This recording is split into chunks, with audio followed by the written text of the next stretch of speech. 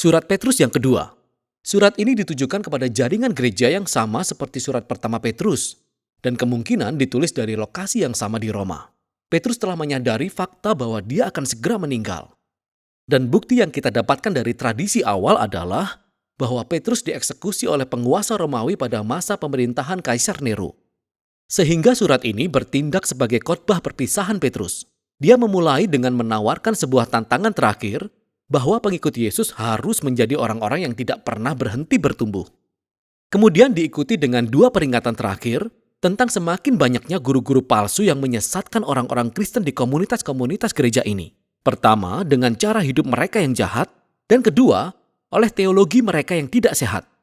Di sepanjang surat tersebut, Petrus menentang tuduhan-tuduhan yang dibuat oleh para guru ini terhadap dirinya dan rasul-rasul lainnya.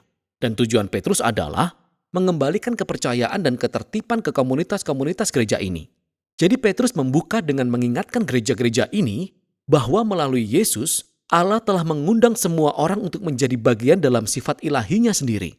Artinya, untuk menjadi bagian dalam hidup dan kasih abadi Allah sendiri yang sungguh luar biasa dan membutuhkan respon seumur hidup. Menerima karunia ini berarti sebuah komitmen untuk mengembangkan karakter yang sama yang menandai sifat ilahi Allah sendiri. Petrus mendaftar di sini 7 ciri yang harus diupayakan. Yang terakhir, mencakup dan mencapai puncak dari semuanya, yaitu kasih. Yang menurut Yesus berarti memberikan diri bagi kesejahteraan orang lain, tidak peduli bagaimana tanggapan mereka ataupun harganya. Mengasihi menurut Petrus adalah untuk menjadi bagian dalam kehidupan Allah sendiri. Petrus kemudian menyatakan tujuan surat ini. Ini akan menjadi sebuah peringatan dari ajaran Petrus yang dapat diteruskan bagi generasi-generasi berikutnya, karena dia tidak akan ada lagi untuk memberikannya lebih lama secara langsung. Jadi sebelum dia meninggal, dia ingin menanggapi semua keberatan dan tuduhan yang dibuat oleh para guru yang memelintir pengajaran Yesus dan ajaran para rasul.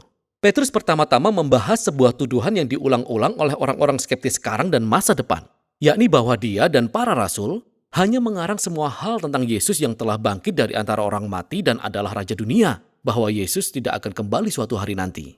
Jadi Petrus menawarkan kesaksian di mana dialah saksi mata dari sebuah peristiwa hebat ketika Yesus dimuliakan di atas gunung. Ingat kisah di Markus pasal 9. Rasul Petrus melihat Yesus ditinggikan sebagai raja. Kebangkitannya berarti bahwa dia hidup sebagai raja dan akan kembali menyelamatkan dunia kita pada suatu hari nanti. Jadi kembalinya Yesus di masa depan untuk membawa kerajaan Allah akan memenuhi apa yang ditunjukkan oleh semua ayat kitab suci kuno selama ini. Perkataan para nabi perjanjian lama bukanlah fantasi-fantasi palsu. Sebaliknya, melalui perkataan manusia dalam kitab suci dan melalui kemanusiaan Yesus, Allah sendirilah yang telah berbicara kepada kita. Selanjutnya Petrus kemudian beralih untuk menanggapi ancaman yang diajukan oleh para pemimpin jahat di gereja tersebut. Dan dia memusatkan perhatian pada lebih banyak keberatan yang mereka angkat. Pertama, guru-guru ini menolak gagasan penghakiman terakhir ketika Allah ingin semua orang bertanggung jawab atas semua pilihan mereka. Dan penyangkalan ini memungkinkan guru-guru ini dengan seenaknya mengabaikan pengajaran Yesus tentang uang dan seks. Karena mereka menghasilkan banyak sekali keuntungan dengan mengajar di gereja-gereja, belum lagi fakta bahwa mereka tidur dengan banyak wanita. Namun Petrus mengingatkan para pembaca bahwa Allah dapat dan akan menyelesaikan pemberontakan dengan keadilannya.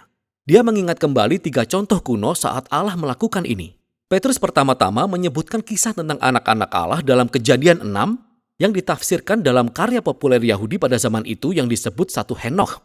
1 Henokh mengatakan bahwa anak-anak Allah adalah para malaikat pemberontak yang sudah melewati batas dan tidur dengan banyak wanita, sehingga mereka akan menerima penghakiman Allah. Petrus kemudian menunjukkan kisah tentang air bah dan kemudian kisah tentang Sodom dan Gomora. Dalam setiap kasus terjadi pemberontakan yang menyebabkan penghakiman ilahi.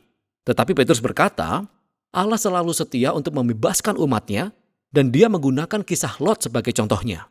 Petrus kemudian menghubungkan kisah-kisah kuno ini dengan cara hidup guru-guru palsu ini. Mereka juga mengejar uang dan seks. Mereka juga membenci otoritas Allah dan mereka menyebabkan orang lain untuk berpikir bahwa Allah tidak peduli dengan keputusan-keputusan moral. Dia berkata bahwa mereka mengajarkan sebuah pesan kemerdekaan Kristen dan menggunakannya sebagai lisensi untuk melakukan apapun yang mereka inginkan. Inilah sebabnya mengapa Petrus akan segera menyinggung surat-surat Paulus di pasal 3. Tampaknya guru-guru ini telah memelintir pesan kemerdekaan Paulus di dalam Kristus. Tetapi itu bukan jenis kemerdekaan yang dimaksudkan Paulus. Dan Petrus menjelaskan bahwa guru-guru ini tidak benar-benar merdeka. Pada kenyataannya mereka adalah budak keinginan daging mereka. Dan fakta bahwa mereka adalah orang Kristen membuatnya semakin tragis karena mengetahui ajaran Yesus membuat mereka memiliki 2 kali pertanggungjawaban. Mereka telah menjadi contoh menyedihkan dari Amsal kuno tentang seekor anjing yang kembali ke muntahnya dan seekor babi kembali ke kubangan lumpur. Petrus kemudian membahas alasan di balik penolakan guru-guru tentang penghakiman terakhir. Mereka berkata, generasi-generasi umat Allah terus datang dan berlalu tanpa melihat pemenuhan akan harapan mereka. Di manakah janji kembalinya Yesus ini? Petrus menanggapi dengan menunjukkan betapa dangkalnya pemikiran ini. Lihat sekeliling, kata Petrus, di alam semesta yang luar biasa yang kita tinggali. Kenyataan bahwa kita saat ini ada, berarti pada suatu saat di masa lalu, firman Allah turut campur tangan dalam cara yang dramatis untuk membawa sesuatu dari ketiadaan dan membawa keteraturan dari kekacauan. Dan Allah dapat melakukannya lagi. Sehingga pertanyaan sebenarnya adalah, mengapa Allah begitu lama? Tapi Petrus mengingatkan kita bahwa konsep waktu menurut manusia sangatlah terbatas. Jangka waktu yang panjang di mana Allah bekerja tidak sesuai dengan kerangka hidup kita yang sangat singkat.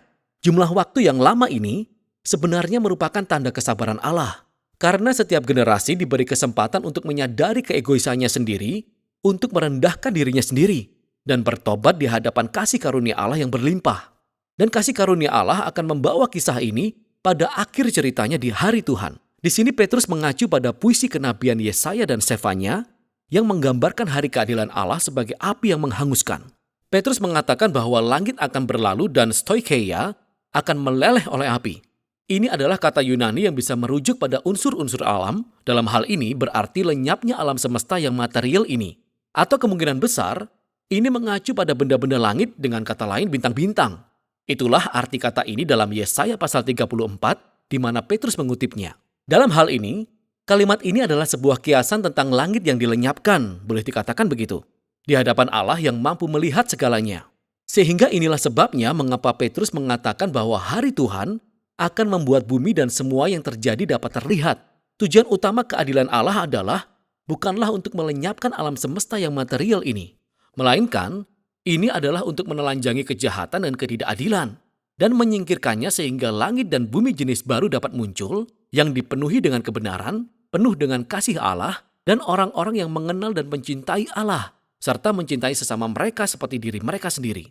Petrus menyimpulkan dengan mengatakan inilah pengharapan orang Kristen yang sejati yang selama ini dikabar-kabarkan oleh Yesus dan semua rasul, termasuk Paulus, yang tulisannya dapat disalahpahami jika kita mengeluarkannya dari konteksnya. Tapi semua rasul memiliki keyakinan yang sama.